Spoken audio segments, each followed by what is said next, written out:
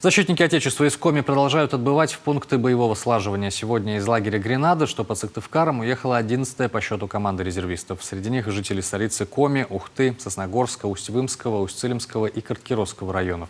Ксения Мишарина провожала бойцов. Сегодня на плацу по-особому тепло. И не только из-за погоды. Поддержать своих защитников пришли юные кадеты. В строю все настроены решительно.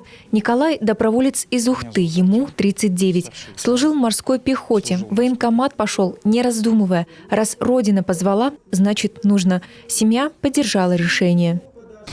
Настрой нормальный, боевой.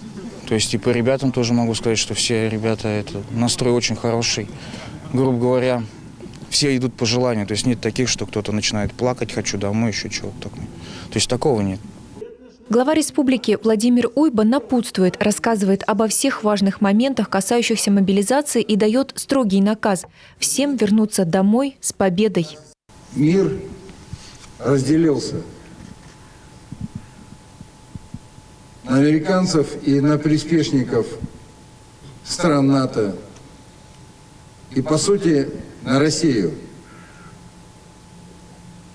На Россию, которая сказала «нет» американскому засилию, «нет» порабощению и «нет» рабству. Сегодня американцы, а именно они сегодня воюют с нами, не украинцы.